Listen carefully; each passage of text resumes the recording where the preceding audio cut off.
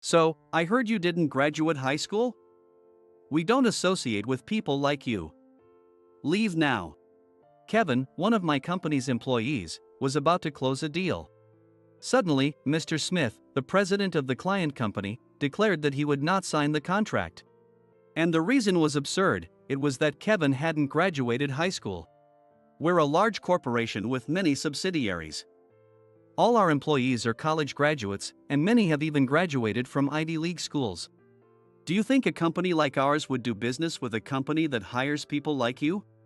It's true that Kevin didn't graduate high school, which might lower his social value. So, Kevin couldn't argue back against Mr. Smith's words. However, this was a deal Kevin had meticulously prepared for. I couldn't forgive Mr. Smith for belittling him for something unrelated to the job itself. Understood. So, we'll cancel this $100 million contract. What? I knew how much effort Kevin had put into this deal. That's why I couldn't forgive Mr. Smith for trampling on his hard work so casually. We can't do business with a company that can't see beyond academic credentials. To make that clear, I told Mr. Smith my decision. I'm Hayden Johnson, 38 years old. I work for a company called Johnson Holdings. We handle logistics, supplying daily necessities and groceries to various companies. We have branches nationwide and our own distribution network. Because of this, Johnson Holdings can do business with a wide range of companies, big and small. Although I'm young, I am the president of this company. My father was the founding president of Johnson Holdings.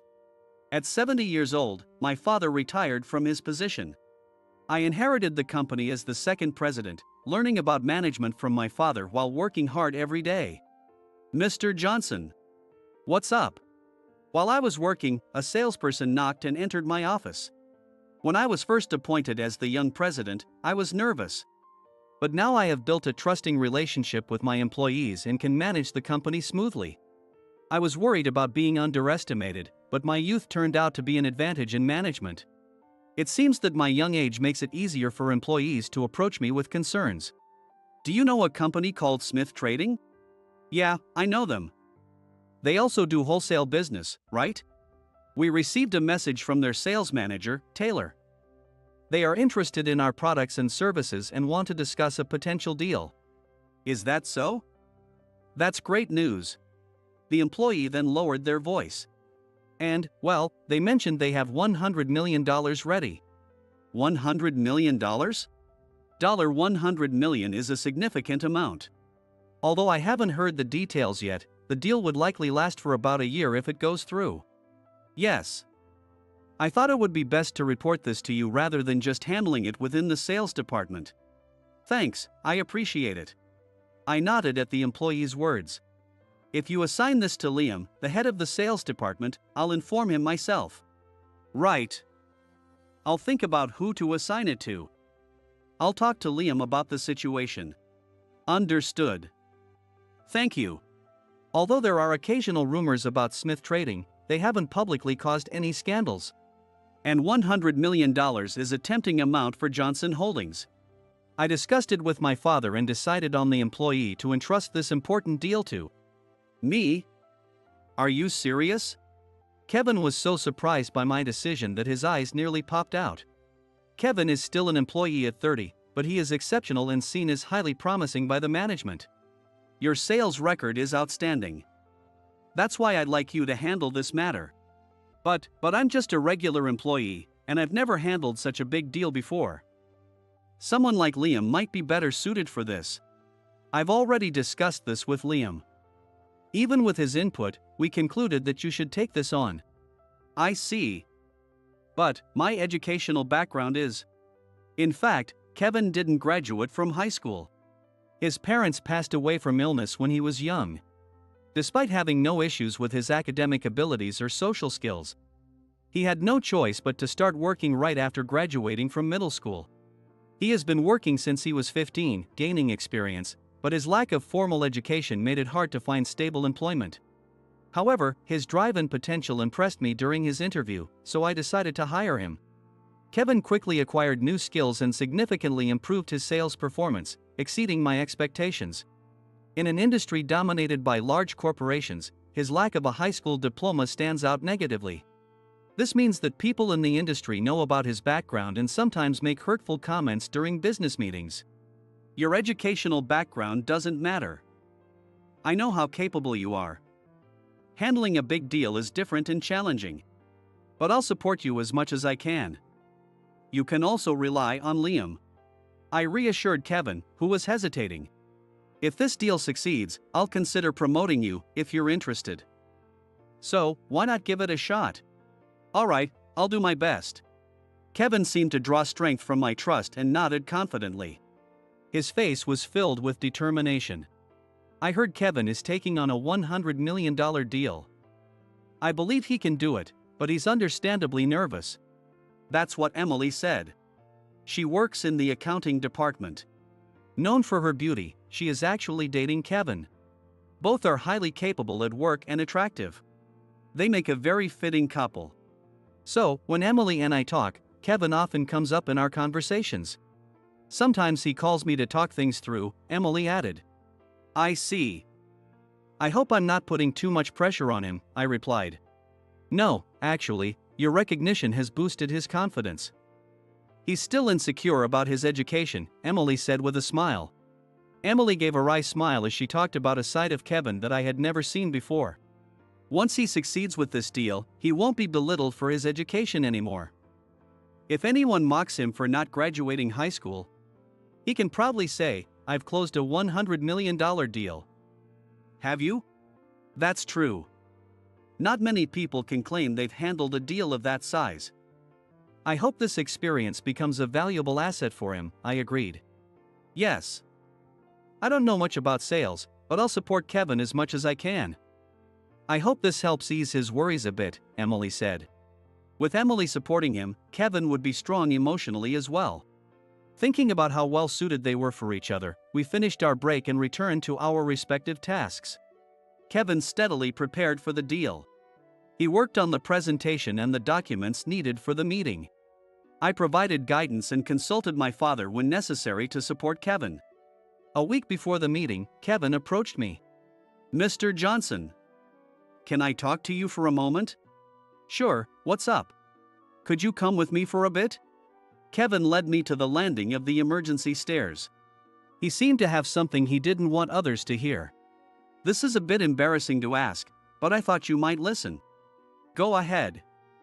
Whatever it is, I'll listen and keep it confidential if you prefer. Feel free to talk. Well, if this deal succeeds, I plan to propose to Emily.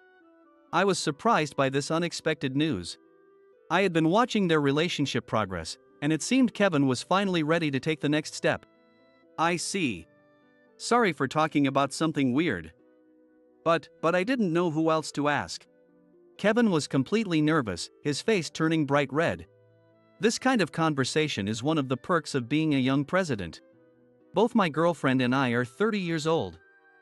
If this deal goes through, I've been told I'll get a promotion. So my salary and benefits will improve enough to support a family. That's why I think the timing is perfect. Oh, I think it's a good idea. She seems to care about you a lot. She might even be waiting for your proposal. Oh, well. Kevin's eyes widened at the objective statement. His innocent reaction was endearing. You two are a great match. When you do decide to get married, make sure to invite me to the wedding. It's too soon for that. I haven't even proposed to her yet. Well, I'm rooting for you. I'm sure she'll say yes. Do you think so? Hearing that from you gives me confidence. I'll do my best. Yeah. I also have to do my best to help you succeed. About a week later, the big day of the business meeting finally arrived.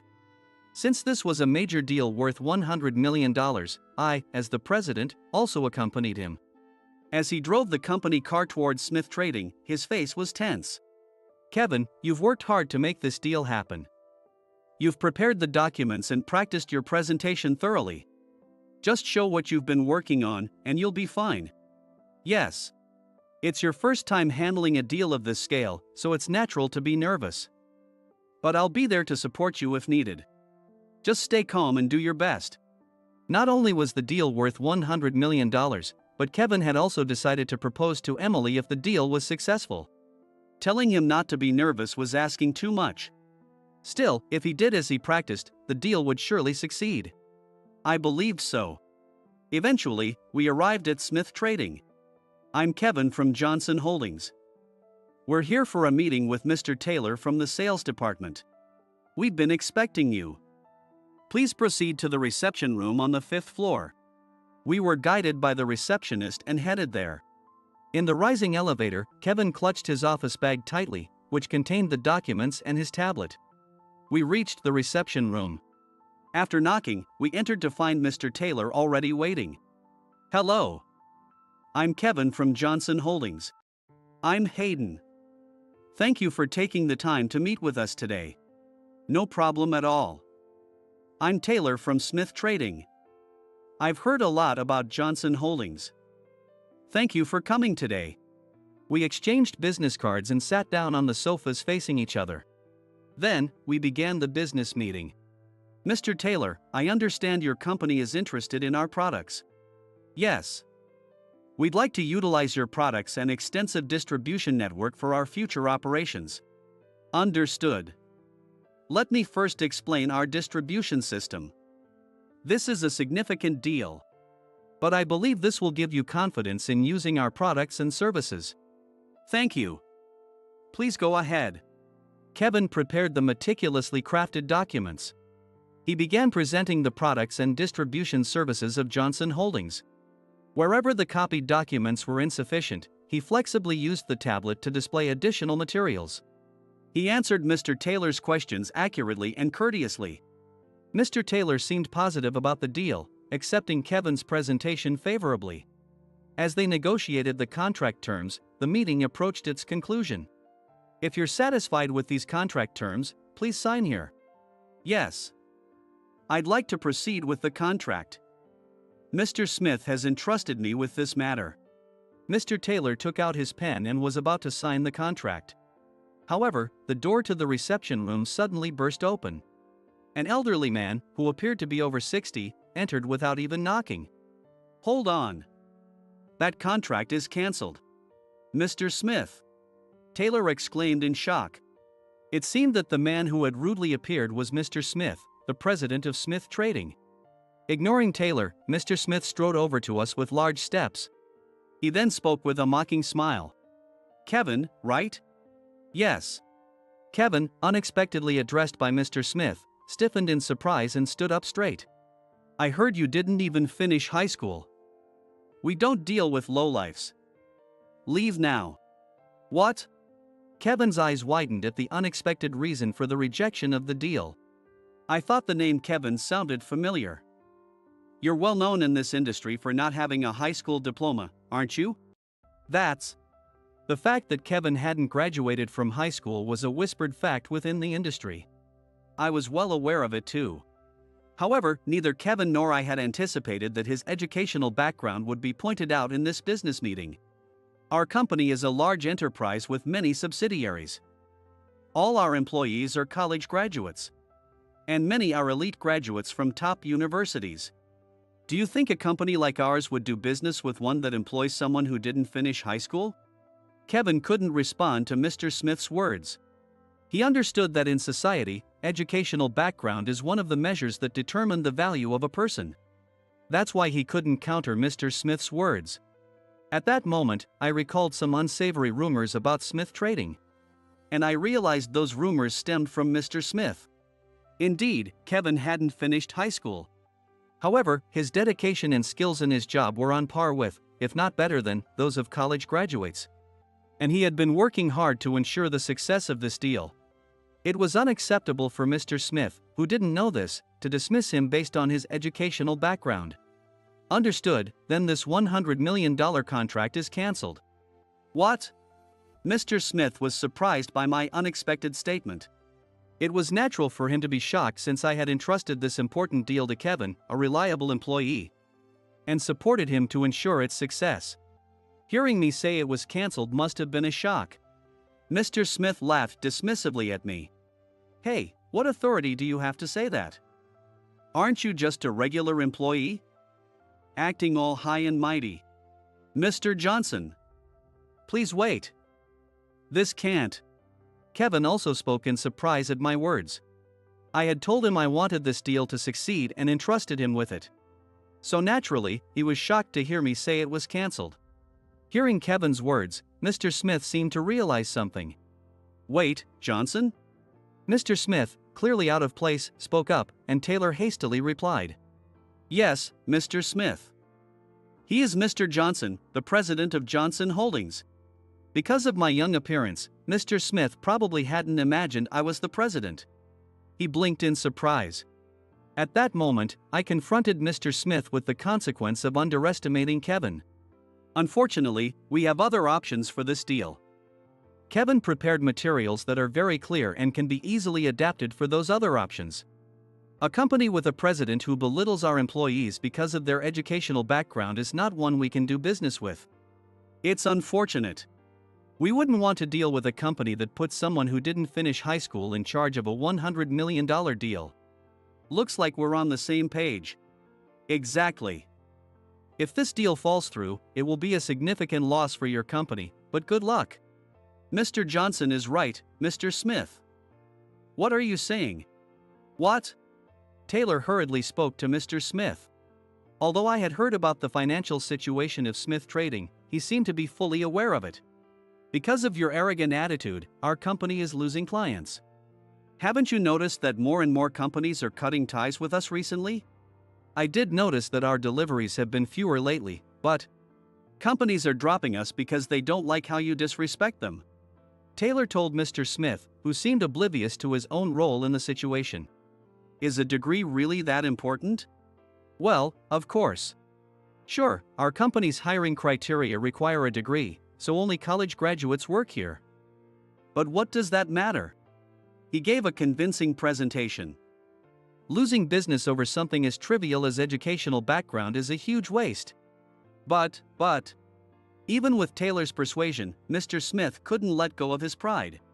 However, Smith Trading's financial situation likely didn't allow for such vanity anymore.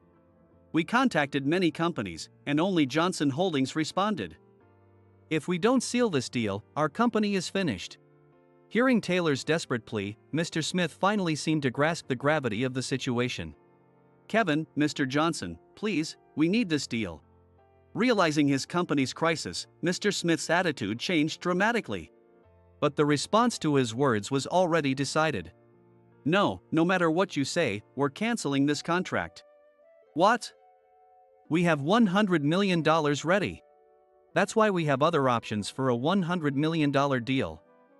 As I said, we cannot continue doing business with a company that disrespects our valued employees over trivial reasons like educational background. Goodbye. Hey, Kevin. Mr. Johnson.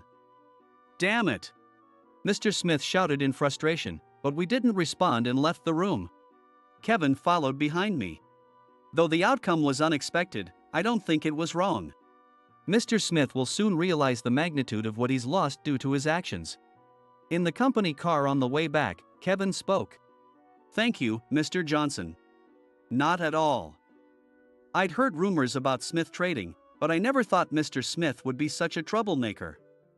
I'm sorry you had to go through that. No, it's quite all right. Thanks to you, Mr. Johnson, things turned out for the better.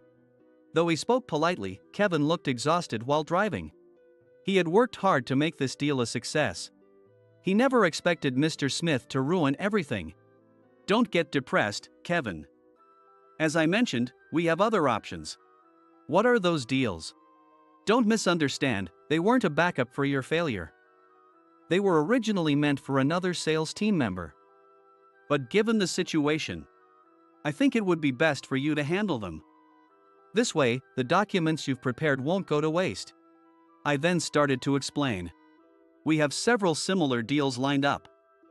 Each may be less than $50 million, but together they'll exceed $100 million. It might be challenging. But are you up for it? Are you sure? Is it really okay for me to handle such important deals? You're bound to be promoted to a manager or director someday. That's why I want you to gain as much experience as possible.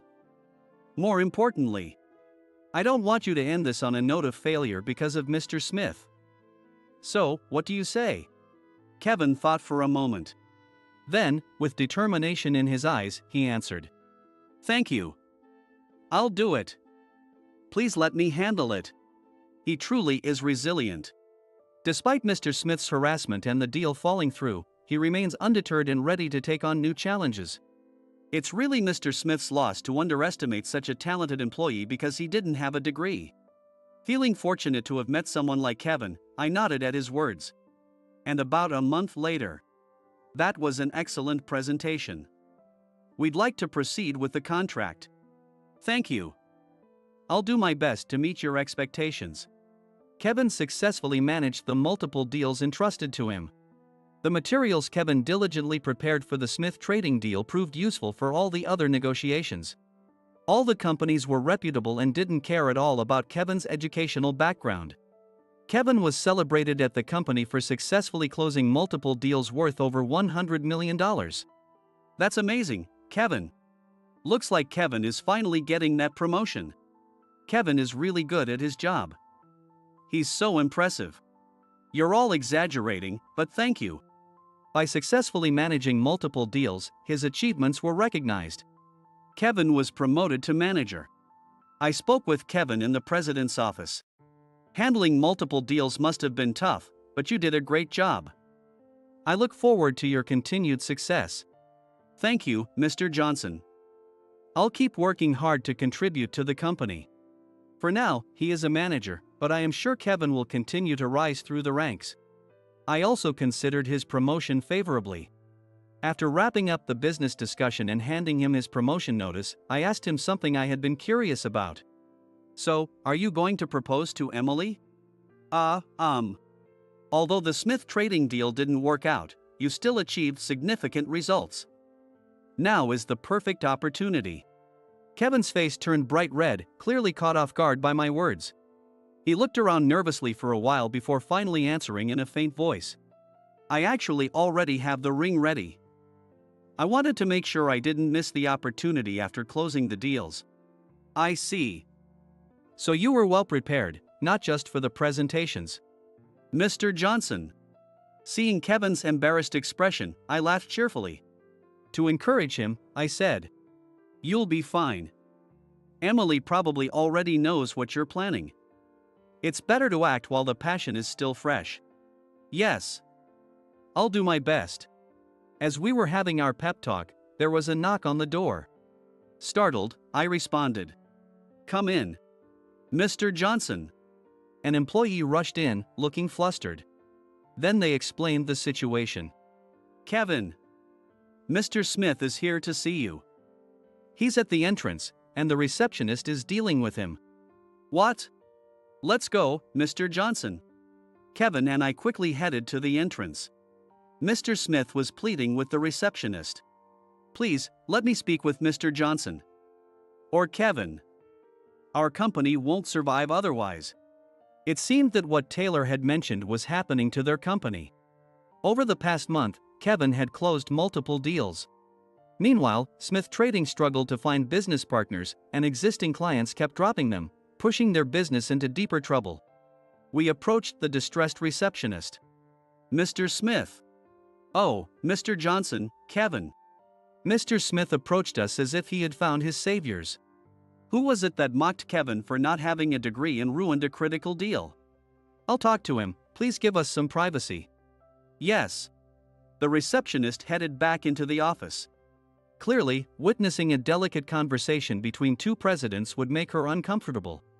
Once the employee left, Mr. Smith apologized deeply.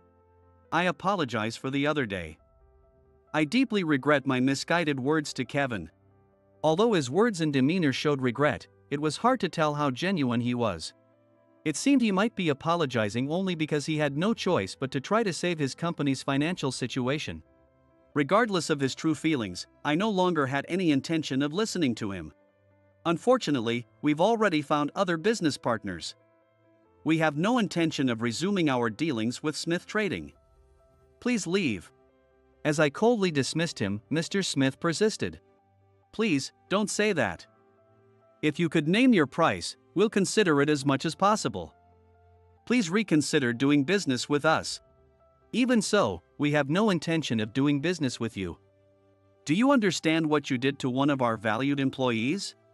I am fully aware. That's why I'm asking. If he truly understood, he wouldn't be here now. I had seen Kevin's determined efforts to prepare for the negotiations despite being overwhelmed with anxiety. There was no way I would forgive Mr. Smith, who mocked Kevin for his lack of education and ruined the deal. I looked back at Kevin for confirmation. He met my gaze and slowly shook his head. It seemed he had no intention of forgiving Mr. Smith either. Please leave. No, please reconsider. Despite making it clear we weren't interested, Mr. Smith wouldn't back down. Just as I was wondering what to do, an unexpected person appeared. Are you Mr. Smith? Emily. Hearing her voice, Kevin turned around. It was Emily. Seeing her, Mr. Smith's expression turned sour. What is it? I'm talking to Mr. Johnson and Kevin right now. Go back to your desk. Excuse me, but I'm very angry about how you treated Kevin. What? How dare you come here after belittling him? Mr. Smith shrank under her angry glare. Despite being a woman, her words and stance carried immense power, and Mr. Smith was overwhelmed. We all fell silent. Emily glared at Mr. Smith and said, "We will not engage in any negotiations with you. Leave." Yikes. Intimidated by her fierce demeanor, Mr. Smith fled. After watching him flee in a panic, Kevin spoke. That was amazing, Emily. Feeling embarrassed about being seen angry, Emily blushed and covered her cheeks with her hands. It's a bit embarrassing. But I was so angry when I heard that your deal was rejected because of your educational background after you worked so hard. Despite the situation, she stood up for someone important to her without hesitation. I found her bravery admirable. And it seemed Kevin was touched by her feelings. I was really about to lose hope, so I'm glad you stood up for me like that. Really? Thank you. But I'm just glad your hard work wasn't wasted. Emily smiled with relief. The contract had once been cancelled by Mr. Smith. However, the efforts Kevin put in led to the success of many other deals, and Emily was undoubtedly as happy as he was. After all, she had supported him more than anyone else. Emily, Kevin said, looking determined. I think now is the time. There's something I want to ask you. What is it? Kevin had likely been carrying it around, waiting for the right moment. He took out a beautifully sparkling ring from his pocket. Then, he took Emily's left hand and slipped the ring onto her ring finger. I've always loved you, Emily. I planned to tell you once this deal was successful. Although the Smith trading deal fell through, I succeeded in all the other deals and got promoted to manager. I believe I can support you properly now. So, will you marry me? Kevin's expression was filled with nervousness. He might have been more anxious than when he was during the Smith trading negotiations. It was natural since this was a moment that would significantly shape his future. Emily was surprised by the unexpected proposal. But soon, she smiled and responded. Yes, I will. Time passed, and we heard that Smith Trading had gone bankrupt. They had insulted their business partners for lacking college degrees. Moreover, there were many stories within the industry about Mr. Smith looking down on his partners. No company would want to do business with such a firm. So it was only natural for Smith Trading to go under. Taylor, considering whether to find another job, was scouted by me. He was an excellent employee who understood the situation and could speak up even to a president. Letting someone as talented as Taylor go to waste would be a great loss. He happily accepted the offer and has been performing exceptionally well in the sales department of Johnson Holdings. Eventually, Kevin and Emily got married. And now, I am attending their wedding. Kevin, in his tuxedo, and Emily, in her white wedding dress, looked incredibly happy. Seeing them finally achieve happiness made me proud as their employer who supported them throughout. As their boss, I was asked to give a speech. About 6 months ago, Kevin successfully closed deals worth over $100 million in total. Many of you might already know about his outstanding achievements. However, there's another story related to this that I am aware of. Kevin, realizing what I was about to share, blushed with embarrassment. Actually, Kevin had confided in me that he planned to propose to Emily if the deal succeeded. believing it was a decision worth making. I encouraged him.